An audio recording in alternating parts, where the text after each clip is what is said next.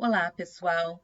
Espero que todos estejam bem, né? Hoje o objetivo da nossa aula é trabalhar um pouquinho da chamada bioquímica fisiológica, né? Ou bioquímica metabólica, tá? Especificamente falando sobre o metabolismo dos aminoácidos, tá? Os aminoácidos, como a gente sabe, são os monômeros base para a produção das chamadas proteínas. As proteínas que são as moléculas mais abundantes, as moléculas orgânicas mais abundantes no interior das nossas células e, consequentemente, no interior do nosso organismo, né? E que apresentam uma diversidade absurda de funções, tanto funções estruturais como funções enzimáticas, permitindo que tantas outras reações químicas e metabólicas possam existir no interior de uma célula e na formação, obviamente, de organismos complexos como o do nosso, né? Obviamente, a gente entende que se a gente pensar na gama incrível de células que nós temos, ou na gama incrível, absurdamente incrível de células que existem na face da Terra, né? A gente imagina que nós temos uma absurda quantidade diferente de proteínas. Tá? Entretanto, todas as proteínas apresentam como característica comum serem polímeros lineares de aminoácidos, né? Então, os aminoácidos eles são ligados a partir das chamadas ligações peptídicas, que compreendem ou que dão origem a uma estrutura linear. E essa estrutura linear vai sofrer com modificações conformacionais, né, em relação à sua sequência de aminoácidos, produzindo estruturas com conformação secundária, terciária e quaternária, que são as estruturas com atividade metabólica. Bem, então, os aminoácidos, embora já se conheça em torno de 300 tipos diferentes de aminoácidos, 20 deles são os mais comentados, são os que a gente ouve falar o tempo inteiro, visto que eles são os constituintes das proteínas do nosso corpo, e mais principalmente porque esses aminoácidos, eles são codificados ou eles têm, digamos, a sua necessidade no interior das nossas proteínas, descrito, né, no nosso material genético, no nosso livro da vida, que é o DNA, tá? Cada aminoácido que nós temos no corpo, né, como vocês já estudaram com o professor Marcos, exceto a prolina, né, elas apresentam características similares, que é a presença de um grupo carboxila, né, e além de um grupo carboxila, a presença de um grupo amino, de amino primário, né, no caso da prolina é amino secundário, tá? E uma cadeia lateral. Essa cadeia lateral, na verdade, é que distingue os diferentes tipos de aminoácidos, né? Esse R aqui, tá? E essas três moléculas, elas estão ligadas a um átomo de carbono que a gente chama de carbono alfa, né? Porque apresenta diferentes grupos ligados a ele. Tá? Bem, os aminoácidos, como vocês já estudaram, né, eles são divididos em aminoácidos essenciais, não essenciais e condicionalmente essenciais. Os aminoácidos essenciais, como vocês devem lembrar, eles não são sintetizados, né, no nosso corpo, e desta forma, e por este motivo, eles são necessários serem adquiridos através da nossa dieta, tá? Então, são eles triptofano, fenilalanina, metionina, trionina, lisina e os BSAs, que são os aminoácidos de cadeia ramificada, né? Valina, leucina e isoleucina. Os não essenciais são aqueles que são produzidos pelo nosso corpo, tá? E como seria o contrário, né? E os semi-essenciais, os aminoácidos semi-essenciais ou precursores, são aqueles que podem ser sintetizados a partir de outros aminoácidos, desde que esses precursores estejam, obviamente, presentes em quantidades suficientes, tá? Vindos ou não da dieta. E os condicionalmente essenciais seriam aqueles que, devido a determinadas patologias, não podem ser sintetizados pelo corpo humano, tá? E assim é necessário que a gente obtenha esses aminoácidos através da alimentação, de forma geralmente a satisfazer metabolicamente as necessidades do organismo. Tá? Bem, os aminoácidos, eles não são armazenados pelo nosso corpo. Ao contrário dos carboidratos, ao contrário dos lipídios, que nós temos fontes armazenadoras, né? encontradas em tecidos como os tecidos componentes do fígado ou o próprio tecido adiposo, tá? O tecido muscular, os aminoácidos eles não têm armazenamento no organismo. Não há proteínas, na verdade, cuja função seja manter o suprimento de aminoácidos no nosso corpo. Tá?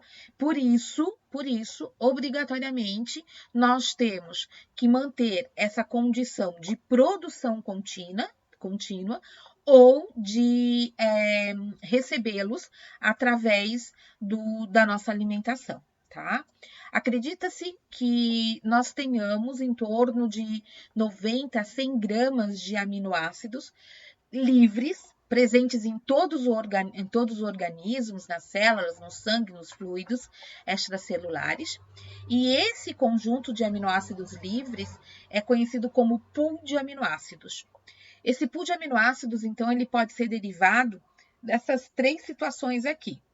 Os aminoácidos que são aqueles não essenciais, sintetizados, então, a partir de intermediários simples, tá? E aqui vale a gente lembrar, né, que a síntese de aminoácidos é feita por transaminação, ou por amidação, ou por a síntese a partir de outros aminoácidos, tá? Que vocês estudaram melhor com o professor Marcos, acredito eu, e que a gente vai relembrar aqui quando falar um pouquinho de catabolismo de aminoácidos nessa aula e ciclo de ureia, tá? E nós também temos aqueles aminoácidos que são liberados pela hidrólise das proteínas teciduais, tá? Ou das proteínas, nesse caso, especificamente, a gente precisa lembrar de um sistema que é o sistema que a gente conhece como sistema ubiquitina-proteossoma, tá? Então, nós temos, para liberação dos aminoácidos contidos em proteínas que nós temos no interior das células ou tecidos, tá? Duas formas de conseguir isso.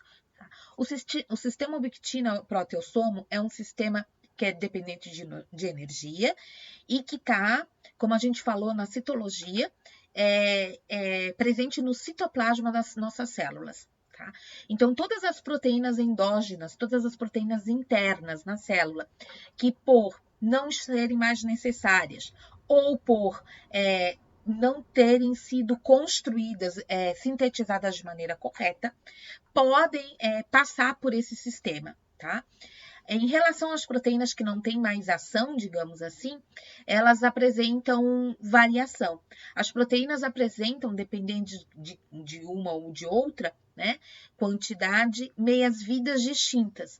E essa meia-vida de uma proteína, ela é influenciada principalmente pela natureza do resíduo N-terminal dela. Tá? Então, a nossa porção N-terminal, nós temos resíduos de alguns aminoácidos. Quando esses resíduos são resíduos de serina, a gente vai visualizar que, por exemplo, algumas dessas proteínas têm uma meia-vida considerada, digamos, basicamente longa, de 20 horas ou até mais, tá? Em contraste, quando a gente tem proteínas com aspartato, com esse aminoácido N-terminal, a meia-vida dura em torno de 3 minutos. Já as proteínas que têm a serina, a treonina, que são denominadas de sequência PEST, devido a essas designações dessas letras, prolina, glutamato, serina e treonina, tá? Essas proteínas que têm esses tipos de aminoácidos no seu N-terminal, elas geralmente têm uma meia-vida muito, muito, muito curta, tá? Em torno de minutos, assim, ou menos de minutos ainda. Só para quem não lembra, né? Esse sistema de ubiquitina proteossomo, né, que causa uma degradação nas proteínas, essa degradação, ela não é aleatória, tá, gente? Por quê? Porque as proteínas, para entrarem no mecanismo de proteossomo, que eu sempre comparo como se fosse aqueles lixeiros trituradores de papel, sabe? Que a gente bota papel e ele sai em tiras. Pois é, a mesma coisa. A proteína entra, é um complexo proteico que forma o proteossomo, tá? E como tá mostrado aqui, a proteína entra e vai sair em pedaços, tá? Só que para que ela se comunique com o proteossomo, obrigatoriamente, ela precisa estar marcada. essa marcação é feita a partir de 3 etapas, tá? Onde você tem a marcação com uma proteína chamada de ubiquitina.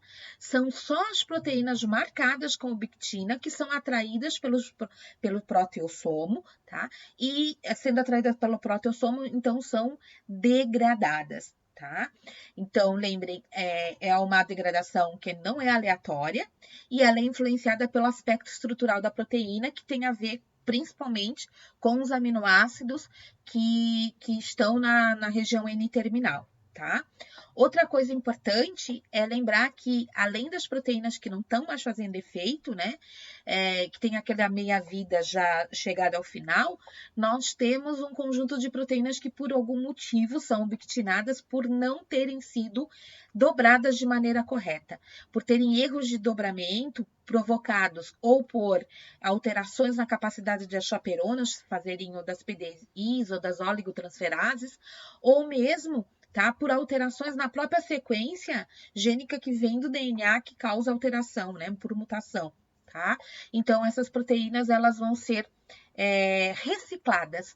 Os aminoácidos, eles vêm dessa reciclagem de proteínas, tá? Então, a célula também ensina aí como fazer reciclagem, tá? Além disso, além das proteínas que são endógenas, a gente sabe que nós temos proteínas que a célula consegue de maneira exógena, que seriam aquelas proteínas advindas de processos de endocitose, tá? Então, nesse caso, para que a gente tenha acesso aos aminoácidos dessas proteínas endocitadas ou por fagocitose, eu botei aqui o desenho da fagocitose, né? Mas tem fagocitose, tem a pinocitose, tem a endocitose mediada por receptores, lembrem? E nesse caso, nós vamos precisar de enzimas degradativas que estão presentes numa estrutura ou numa organela que são os lisossomos. Então, os lisossomos, eles vão aderir a essa vesícula endocítica, né? Liberar o seu conteúdo, que é riquíssimo nas mais variadas enzimas, e dentre essas enzimas existem proteases. Então, aí, os aminoácidos, eles podem, ao serem oriundos desse processo de degradação, podem ser utilizados pela célula, tá? Ou mesmo liberados para a parte externa quando assim houver necessidade, tá? Então, já falamos que os aminoácidos não essenciais, eles são sintetizados a partir, principalmente, de outros aminoácidos, ou de transaminação e opa, faltou o termo amidação, deu um branco, desculpa aí, tá? Nós vimos que os aminoácidos, eles podem ser liberados pela hidrólise, e nós vamos ter também os aminoácidos derivados de proteínas da dieta. Já vamos falar sobre especificamente esse grupo de aminoácidos. Mas é importante que a gente lembre, tá? Que esses aminoácidos, eles vão ser utilizados de maneira a produzir novas proteínas no organismo, e também não só a produção de proteínas, mas também são utilizados para a síntese de outras moléculas nitrogenadas, como é o caso da creatinina, como é o caso de alguns neurotransmissores, tá? Bases nitrogenadas, que são as bases púricas e pirimídicas que são utilizadas lá na produção dos ácidos nucleicos, né? DNA e RNA. Tá?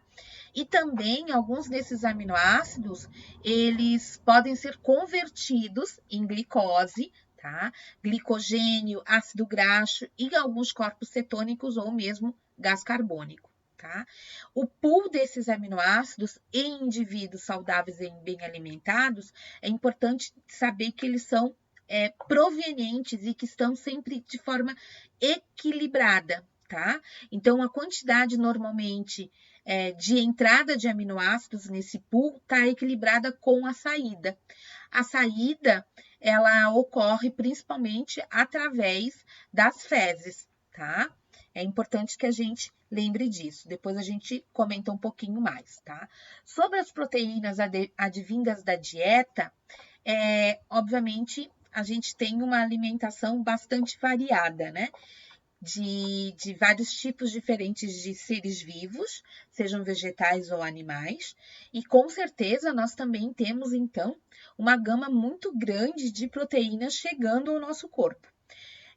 Vejam, e eu sempre lembro, que nós não precisamos de nenhuma proteína de outro animal. Eu não preciso da proteína do leite da vaca, tá? O que eu preciso das proteínas advindas de outros animais são exclusivamente os aminoácidos que essas possuem, tá? Como a gente tem uma variedade de proteínas na dieta, a gente também tem uma necessidade inerente de ter várias enzimas proteolíticas, né, responsáveis por essa degradação dessas proteínas diferentes, tá? E algumas dessas proteínas são facilmente degradadas, outras nem tanto. E é por isso que a gente precisa de 3 órgãos, ou 3 órgãos estão associados à degradação de proteínas no nosso corpo. O estômago, o pâncreas e o intestino, tá? Não existe degradação química de proteínas na boca. O que vai acontecer a partir da mastigação, né? Uma diminuição no tamanho dessas proteínas, mas a parte química mesmo, proteolítica, né, ela é feita primeiramente iniciando no nosso estômago. Tá? Lá no estômago, nós temos um conjunto de células que são chamadas de células principais. As células principais, elas produzem uma molécula chamada de pepsinogênio. O pepsinogênio é uma proteína inativa, tá? Que é liberada pelas células do estômago, tá? E assim que esse pepsinogênio ele chega no interior do estômago, ele vai sofrer uma ação do ácido clorídrico, do HCl. E quando isso acontece, ele vai ser hidrolisado e vai produzir, então, uma molécula chamada de pepsina, tá? A pepsina é, então, a enzima primária para a gente ter a digestão das proteínas no estômago. Ela é uma endopeptidase, tá? Em relação às proteínas, ou as enzimas digestivas de proteínas, né? A pepsina, nós temos 2 grandes grupos, as endopeptidases e as exopeptidases, tá? As endopeptidases, como o próprio nome sugere aqui, como é o caso da pepsina, elas agem na estrutura interna dessa sequência aminoacídica, tá? Então, ela quebra pontos específicos, ligações entre diferentes tipos de aminoácidos, quebrando as grandes proteínas em moléculas ou em peptídeos menores. Aqui estou dando um exemplo, né? Quebra em 2, mas pode quebrar como essas 2 vão ser quebradas aqui no meio e assim sucessivamente. Quanto maior a proteína, maior a ação dessas digamos, peptídeos pequenos podem ser formados, tá? As exopeptidases, elas podem ser classificadas em aminopeptidases e carboxipeptidases. O que são as exopeptidases? Elas agem de fora para dentro, elas retiram os aminoácidos das cadeias externas das proteínas. Então, as aminopeptidases vão retirar o aminoácido da região N-terminal, né? E as carboxipeptidases, elas são aquelas enzimas que retiram o aminoácido associado à região do carboxil, né? Ou da carboxila, tá? E assim elas vão quebrando, então, de fora para dentro e as endopeptidases de dentro para fora, tá? Então, a pepsina, especificamente, é uma endopeptidase e ela vai fazer a geração, né, principalmente de polipeptídeos e de aminoácidos. A digestão do estômago, ela representa apenas em torno de 10 a 20% da digestão total proteica, tá? A maior parte da digestão vai acontecer lá no intestino, tá? Ocorre no lúmen do duodeno e também do jejuno, tá? E principalmente na região de duodeno, nós temos então a influência das enzimas produzidas e liberadas pelo pâncreas, tá? Essa liberação por proteínas pancreáticas, ela é regulada por um conjunto de hormônios, entre eles a gente chama atenção para a colocistoquinina e para a secretina. Tá? A presença de polipeptídeos, de oligopeptídeos ou mesmo de aminoácidos advindos da digestão pela pepsina do estômago para o nosso intestino, estimula as células intestinais, as células endócrinas lá no intestino, a produzirem a colocistoquinina. A colocistoquinina é a grande responsável por estimular no pâncreas, junto com uma outra substância também produzida pelas células, pelos enterócitos, que é a secretina. A colocistoquinina e a secretina estimulam, então, o pâncreas a liberar todo o seu conjunto de proenzimas, tá? Que a gente chama de tripsinogênio, quimiotripsinogênio, a proelastase e as procarboxipeptidases. Tá? Por que o pâncreas produz e libera proenzimas? Essas enzimas, elas não podem atuar, né, quando são produzidas, atuarem no interior das próprias células. Então, elas são produzidas como pró-hormônios.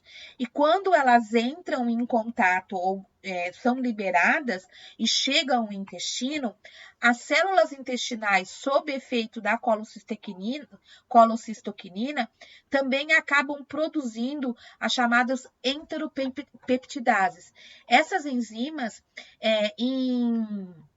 em contato e reguladas, inclusive pelo próprio pH, né, que vai estar presente nesse duodeno, que é um pH mais alcalino, tá? Elas são transformadas, então, em tripsina, quimiotripsina, elastase e carboxipeptidases. Tá? Essas enzimas, a tripsina, quimiotripsina, elastase e carboxipeptidase, tá? Elas têm atuações diversas dentro das proteínas, tá? Cada uma delas, algumas são endopeptidases, tá? Como a tripsina, a quimiotripsina e a elastase. E nessa figura a gente vê, inclusive, as regiões associadas à sua interferência, visto, né, que elas são o que a gente chama de... Elas têm uma especificidade.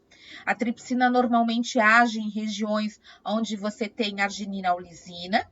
As quimiotripsinas, onde temos aminoácidos como o triptofano, fenilalanina, metionina, leucina. E a elastase, onde a gente tem a serina, a alanina, a glicina, tá? Já as carboxipeptidases, como o próprio nome sugere, né? Nós temos a ação delas na parte da carboxila, na parte final, né, na terminação carboxi aí das proteínas. Existem dois tipos, as carboxipeptidases A, que agem na alanina, isoleucina, leucina e valina, e as carboxipeptidases B, quando esses aminoácidos finais são ou a arginina ou a lisina. Tá? Bem, o que a gente sabe aqui também, tá? E que é importante. Uma vez acontecendo essa ação, né, do pâncreas, nós também temos o próprio intestino delgado, como a gente está demonstrando, foi comentado, as células, os enterócitos nas bordas de escova, também são produtoras das chamadas aminopeptidases e das di e tripeptidases. Por quê? Tá? Vamos pensar aqui, e é importante que a gente consiga compreender um pouquinho isso, tá? as proteínas que vêm lá do estômago, como a gente falou, normalmente são peptídeos, né? Pode acontecer, mas dificilmente a gente tem aminoácidos quando comparado com o pool total de aminoácidos que a gente pode conseguir numa digestão, tá? Então, esses oligopeptídeos que vieram vão ser quebrados por endopeptidases e exopeptidases, que são oriundas lá, né? E que têm ação específica no duodeno, mas que são oriundas do pâncreas. E além disso, né, quando isso acontece, nós vamos ter a produção de peptídeos menores, de resíduos de 3 a 8 peptídeos, tá? De e tripeptídeos e também dos próprios aminoácidos. Tá? Então, na borda de escova, nós temos as amino-oligopeptidases que pegam esses peptídeos de poucos resíduos e transformam em di e tripeptídeos ou mesmo em aminoácidos, tá? E outros oligopeptídeos podem ser digeridos, né? Podem ser quebrados por essas aminopeptidases. Tá? E aí também nesse caso que produzem di e tripeptídeos. Tá? Bem, os enterócitos, para sua função de absorção, é importante que a gente compreenda que eles têm capacidade de absorver do interior do lume intestinal aminoácidos, tá? E também di e tripeptídeos. Tá? Então, nós temos proteínas transportadoras de aminoácidos e nós temos proteínas transportadoras de di e tripeptídeos. Mais do que isso, tetra, pentas, oligopeptídeos com 4, 5, 6 resíduos não conseguem passar, muito menos os maiores, tá? Mas di e tripeptídeos e aminoácidos conseguem. A absorção dos produtos da digestão proteica, tá? Ocorre por processos geralmente complementares e que podem ser basicamente por 3 mecanismos. Transferência passiva por difusão simples, tá? Transferência passiva por difusão facilitada e transferência ativa por cotransporte. Tá? O triptofano é um aminoácido que pode passar por difusão simples, por exemplo, tá? Ou também por difusão facilitada. O que a gente vê, tá, gente, que é importante aqui, tá? Notem que os aminoácidos, basicamente, a grande maioria deles, vai passar por transporte ativo secundário, tá? O transporte acoplado ao sódio. Então, nós temos uma grande gama de proteínas que fazem esse transporte ativo secundário acoplado com o sódio. Tá? Os di e tripeptídeos entram nos enterócitos somente a partir de transporte ativo, também um transporte ativo secundário, mais ligado, tá, aos íons H+. Tá? Então, esse transporte, essa proteína aqui, ela é conhecida também como PEPT1, tá? De Peptide Transporter 1, tá? E esse transporte, ele é altamente inespecífico, tá? E relativamente aos aminoácidos constituintes desse peptídeo transportado.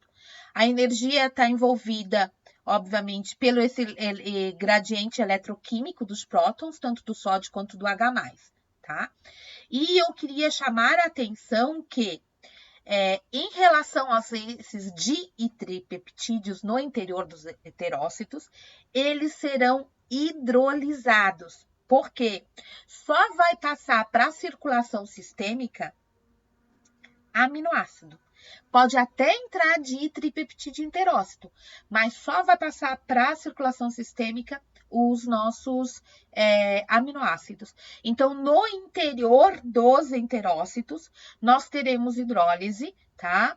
Nós temos peptidases citoplasmáticas, tá? Que seriam as responsáveis, então, pela produção dos nossos aminoácidos, que podem, então, ser liberados, tá? Dos enterócitos, na parte basal ou lateral, diretamente para a circulação sistêmica.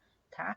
Existem pelo menos 7 diferentes sistemas de transporte com especificidades que se sobrepõem em relação aos diferentes aminoácidos para esses serem lançados na circulação sistêmica. Tá? Em geral, nós vamos observar que a concentração nos fluidos extracelulares de aminoácidos é sempre menor do que nas células do corpo como um todo. Então, esses aminoácidos caem na circulação e vão ser repassados para as células. E como é que eles vão entrar nas células, seja elas quais forem, tá? Também por transporte ativo. Da mesma forma que a gente teve ali o transporte associado ao sódio, basicamente em todas as nossas células o transporte para o interior da célula é um transporte ativo, do tipo secundário. E por que é um transporte ativo?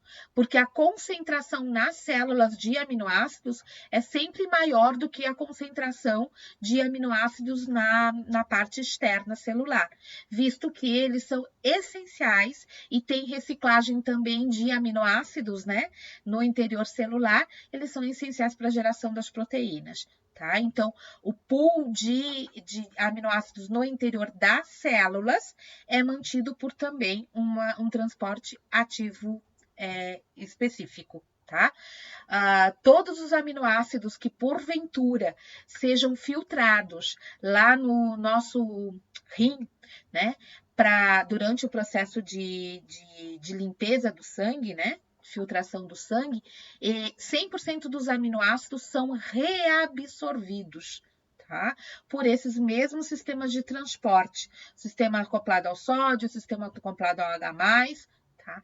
E podem ocorrer, obviamente, problemas nesse processo de transporte em qualquer momento, ou lá no intestino, ou na reabsorção nos túbulos renais, ou mesmo nas células. Em relação a alguns desses aminoácidos, né, eles então causam doenças. Por exemplo, quando você não tem a absorção do triptofano lá no intestino, nós temos uma doença que normalmente é trabalhada melhor nos erros inatos de metabolismo, que a gente chama de doença de Hartnup. É uma doença que provoca, ela é conhecida também como doença dos 3Ds, ela pode ser responsável por diarreias, pode provocar dermatites e também demência, né? Porque age no sistema nervoso, certo? A ausência do triptofano ou o triptofano é importante para a produção de neurotransmissores, tá?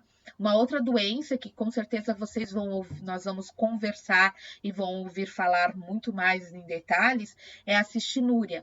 A cistinúria é um defeito que existe no transporte de aminoácidos básicos, como a cisteína, e esse defeito ele tanto é de absorção, mas ele está principalmente associado à incapacidade de reabsorção lá nos nossos rins. E quando você tem essa ausência de reabsorção de cisteína, por exemplo, você provoca uma doença chamada de cistinúria, que provoca, entre outras coisas, o acúmulo dessas cisteínas provoca a produção de uma molécula chamada de cistina, e a cistina, ela em excesso, ela causa a formação de cristais, tá? Que formam pedras, né? Que acabam associadas, então, a essas alterações do fluxo renal, tá? Então, dessa forma, tá? A gente consegue observar como vem ou da onde vem o pool de aminoácidos, né? Então, a partir da produção, né? A partir da liberação por hidrólise e a partir também dos aminoácidos advindos com a dieta. Bem, para onde é que vão, então, esses aminoácidos, né? Nessa figura, resume o destino dos aminoácidos. Depois da absorção, principalmente os que são absorvidos, tá? Nós temos que eles vão lá para o fígado, tá? E lá no fígado, eles podem ser utilizados, né? Para a produção de proteínas, podem ser liberados para as células, para que as células possam produzir as suas proteínas, podem ser utilizados para a composição de compostos essenciais contendo nitrogênio, podem ser utilizados como fonte de produção ou no metabolismo de energia, tá? Podem ser revertidos, então, para isso, em glicose e em triacilgliceróis, tá? E também pode ser convertido em gás carbônico. Depois a gente vai ver como isso acontece, tá? O excesso, né, de aminoácidos, ele vai ser perdido ou pelas fezes, né? Fezes que contêm grande concentração de proteínas são fezes normalmente bastante solúveis na água, e são essas fezes geralmente que vão não boiar depois, né? Mas elas afundam, né, no vaso sanitário, tá? Vocês vão estudar que a aparência, né, a cor das fezes é muito importante para categorizar ou para ver é um termômetro de saúde, né?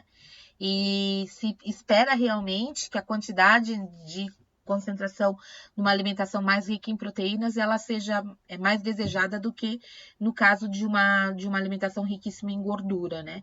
As fezes com grande quantidade de gorduras tendem a boiar, né? Bom, só para lembrar isso, tá? Então, essa primeira parte do vídeo, tá? Eu vou fazer vídeos menores agora, ela tá associada, então, a da onde, e sabendo-se que o corpo não faz reserva de aminoácidos, né? Da onde esses aminoácidos que são essenciais para a produção das proteínas, eles advêm, tá?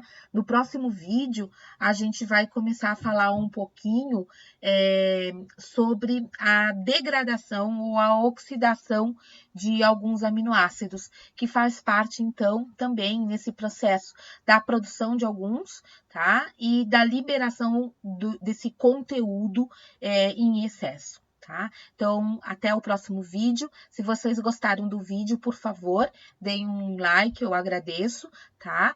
E qualquer dúvida pode ser feita em comentário ou feito diretamente aos meus alunos pelas nossas webconferências, ok? Muito obrigada e até mais.